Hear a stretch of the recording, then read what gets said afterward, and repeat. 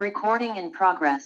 नमस्कार मो आज गोटे पावरफुल रिमेडी की आपण मानक आगे शेयर करिया पे जाउची ए पावरफुल रिमेडी पाई आपण मानक समस्त को स्वागत समस्त को शुभेच्छा समस्त को शुभकामना। आज गोटे विशेष दिन जोटा को आम सप्तपुरी अमावास्या बोली कहउचंती जोटा कि सोम अमावास्या बोली कहउचंती। तो ये सोम अमावास्या आज सोमवार दिन रे पड़िचंती याकु मध्य आम सप्तपुरी अमावास्या बोली जानुचंती। यह एक powerful day. A powerful day रे आम एक पावरफुल रिमेडी करवा आसंतु। ए रिमेडी की जो माने आम करिया पय चाहुचंती ए रिमेडी को सुनंतु परवर्ती समय रे आपण ए रिमेडी की करि परिबे। ए रिमेडी आज को समय रे ए रिमेडी कले बहुत प्रभावी ही थाए से समय ए वीडियो रे एंड रे मु आपण मानकु शेयर करिवि।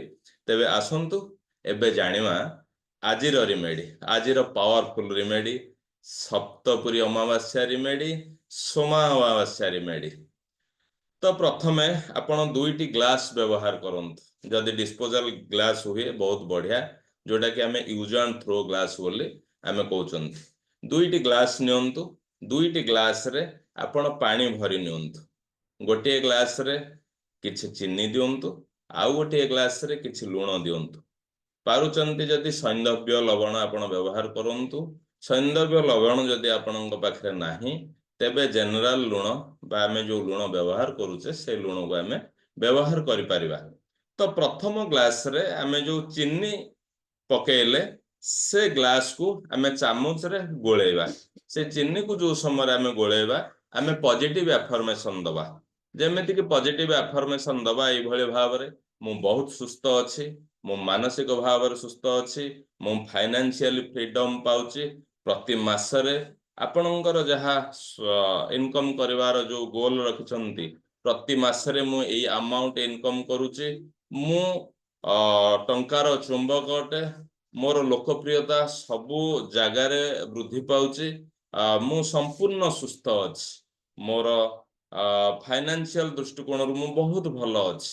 आपण जहा भी पॉजिटिव अफर्मेशन निजोगु देबे इवन इफ हमर जो माने माइंड पावर क्लास करिसंती the hidden secret of subconscious mind रो क्लास करिसंती आपण माने जे हमर मॉर्निंग स्पेल क्लास करूचंती निर्दिष्ट भाव रे जीवन ने अनेक गोल को आपण प्रस्तुत करिसंती एई गोल आपणकर अचीव हेई सारिची एई प्रकार प्रेजेंट टेंस को जाई कि आपण से ग्लास रे चीनी गोळेवा सहित आपणकर ए अफर्मेशन को दियंतु एकाग्रता भाव रे दियंतु आपणकर इंटेंशन पूरा क्लियर रहू। ये हला प्रथम ग्लास कथा।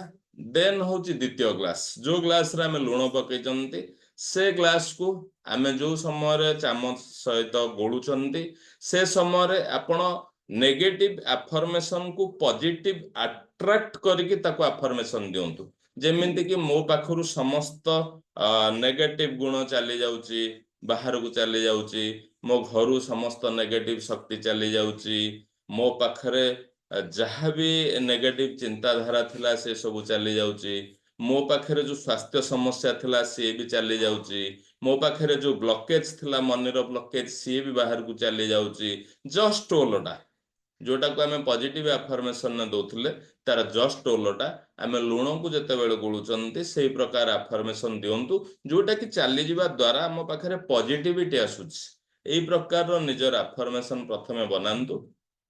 चीनी ग्लास को जते बेले आपण गोळुचंती संपूर्ण भाव रे पॉजिटिव अफर्मेशन दियंतु लूण ग्लास को आपण जते बेले गोळुचंती संपूर्ण भाव रे आपणक पाखरे कोन कोन नेगेटिविटी अछि सेटा बाहर को जाउची बाहर को जिबा द्वारा हमें पॉजिटिविटी आड़ को ग्रो करूचंती एही प्रकार अफर्मेशन दियंतु। एही अफर्मेशन देला परे आपण से दुईटी ग्लास आपणकर घरर मंदिर रे रखि देई परिबे बा कोनसे एक निर्दिष्ट स्थान रे जो जगह रे जेमति कि आपणकर आउ किछि दरकार नै से स्थान आज से स्थान रे आपण राति तमाम रहला काली सकाळो आपण जते बेले उठुचंती आपण कोन करिवे से चीनी जो ग्लास रे थिला से ग्लास को नेबे आपणक घर भितर हे पारे घर बाहर हे पारे से पानी को कोनोसी गच्छ मूल रे हे दे दियंतु।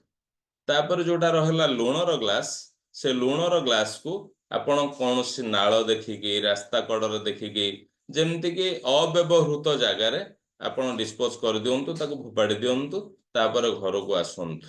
2ଟି ଗ୍ଲାସ୍ ଆପଣ ଫୋପାଡ଼ି ଦେବେ, 2ଟି ଗ୍ଲାସରୁ କୌଣସି ଗ୍ଲାସ୍ ନେଇକି ଘରକୁ ଆସିବାର ନାହିଁ।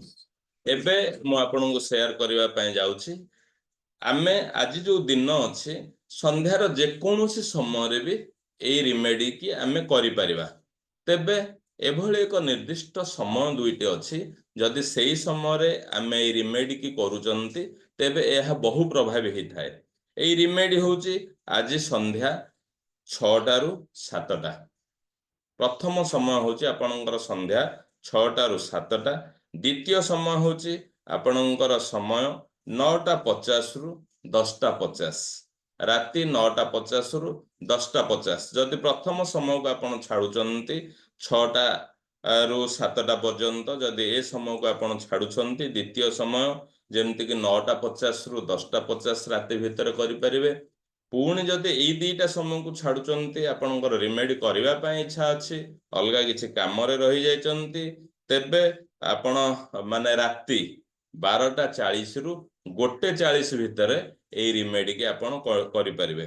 ତେବେ ମୁଁ ପୁଣି ଆପଣଙ୍କୁ କହିବାକୁ ଚାହେଁ, ସନ୍ଧ୍ୟାର ଯେକୌଣସି ସମୟରେ ଆପଣ ଏଇ ରିମେଡିକି ବହୁତ ସୁବିଧାରେ କରିପାରିବେ। ଯଦି ଏ ନିର୍ଦ୍ଦିଷ୍ଟ ସମୟକୁ ଆପଣ ଫଲୋ କରୁଛନ୍ତି ତେବେ ଏହା ବହୁତ ପ୍ରଭାବୀ ହେଇଥାଏ। ଆଶା କରୁଛି ଆପଣମାନେ ଯୋଉମାନେ ରିମେଡି କରୁଛନ୍ତି ଏଇ ଆପଣ କମେଣ୍ଟସ୍ ଦିଅନ୍ତୁ ଆପଣ ରିମେଡି କରୁଛନ୍ତି ବୋଲି, ଏବଂ ବହୁତ ଭାବରେ ଏକ ପାୱାରଫୁଲ ରିମେଡି। ଯଦି ଆପଣ ଚାହୁଁଛନ୍ତି କାହାକୁ, ଏଇ ଲିଙ୍କ ବି ଆପଣ ସେୟାର କରିପାରିବେ। ଅନ୍ୟମାନଙ୍କ ଲାଇଫରେ ଆପଣ ଏକ ସକାରାତ୍ମକ ପରିବର୍ତ୍ତନ ପାଇଁ ଆପଣ ମାଧ୍ୟମ ହେଇପାରିବେ। ବହୁତ ବହୁତ ଧନ୍ୟବାଦ। ଆପଣମାନଙ୍କୁ ସମସ୍ତଙ୍କୁ ନମସ୍କାର। Thank you universe, thank you universe, thank you universe.